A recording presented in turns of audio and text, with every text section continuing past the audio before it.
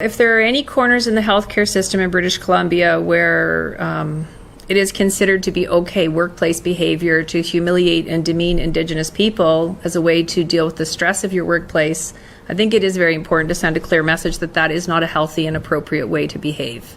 I am very mindful of the fact that emergency rooms and hospitals are stressful places. They're crisis-driven places, and I understand that there's a need for support.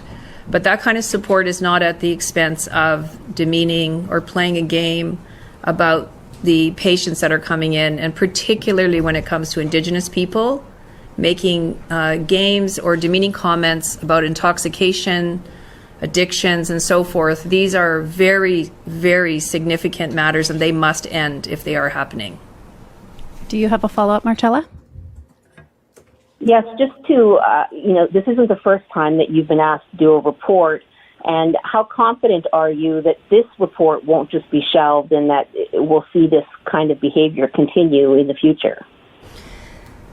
Well, Minister Dix made it very clear when he asked me that this is an independent investigation and that he welcomed this, and he made a commitment to act on the recommendations that are made. And I have a fair bit of experience investigating and reporting on these matters. I take this job very seriously, and I would expect the recommendations that I bring forward to be implemented fully.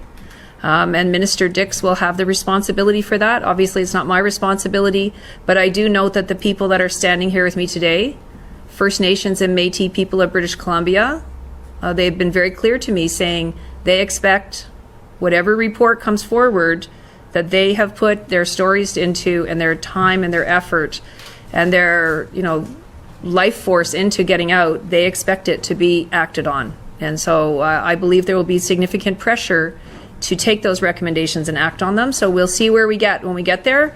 But at this point, I've had a very receptive and positive relationship and discussion with Minister Dix. Individual acts that happen when one chooses to do things like play a game about intoxication or to make jokes about individual patients, that's an individual act. But when you have an environment where it's tolerated and more than one person participates in it, people are bystanders to it and don't act, that becomes institutional and systemic. And it appears we may have two kinds of situations here. Individuals who may be able to conduct and engage in that kind of behavior, and environments or ecosystems and systems that do not stop it. So there's two levels to this, and both of them need to be evaluated. It's very important when it comes to racism and anti-Indigenous racism, there are no bystanders to that. Racism does not need bystanders. Indigenous people need allies, not bystanders that tolerate racism in British Columbia. Do you have a follow-up, Moira? I do, thank you. And Ms. Turpel-Lafond, you mentioned the cultural support that you're accessing during this investigation. What kinds of supports are going to be available or made available to people who do come forward and share their stories and, the trauma and pain that may bring up?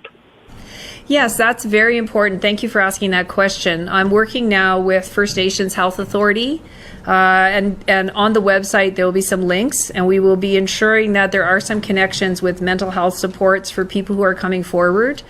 We want to ensure that that's available for Métis and First Nations. And the First Nations Health Authority has done that in the past very well. For instance, they've supported residential school survivors when they've had to come forward and tell their story or give their testimony in the past. They've had ongoing support. So I'll be working closely with First Nations Health Authority and the Ministry of Health in BC to make sure there are supports. This is a traumatic material already in talking to people, particularly when someone's lost a loved one and in a context where they felt so harmed. It's really important to get that support. So we'll do the best with my team to understand and respect the situation that people are in when they do call. This is very vulnerable. This is people sharing some of their most vulnerable stories. And that's something I certainly respect. And I will do my best to create those bridges for that service and support. And I'm glad I've got the support of the First Nations Health Authority on that.